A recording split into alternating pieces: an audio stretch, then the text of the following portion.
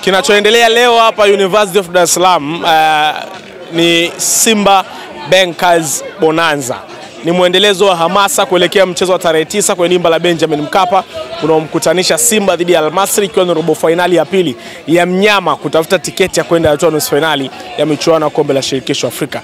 Mabenki mbalimbali yanakutana hapa kwa ajili ya kucheza na kuhamasishana zaidi, ikiongozwa na meneja habari na mawasiliano wa Simba Ahmed Ali, ambaye tayari yuko hapo uwanjani kwenye viwanja vya Ridhism asubuhi na mapema. Lengo ni kufanya bonanza hili liende sawa sawa na Simba wahamasishane mashabiki kununua tiketi kujaza uwanja wa Benjamin Mkapa tarehe 9 mwezi wa 4 mwaka 2025.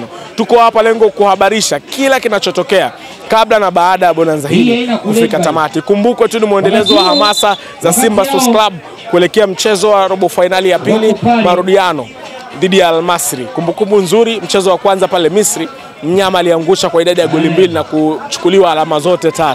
Anakuja kufanya kwenye ardhi ya nyumbani, mimi sijui, wewe mwana michezo haujui, lakini dhamira na nia ya Simba na mpango kazi wao mahususi ni kupindua meza kwenye mchezo huo na kufanikiwa kwenda nusu finali ya michuano ya kombe la shirikisho Afrika. Sina la ziada, naitwa Diego, hii ni Mpenja TV, tunazungumza michezo na hizi ni ripoti kutoka Chuo Kikuu cha Dar es Salaam.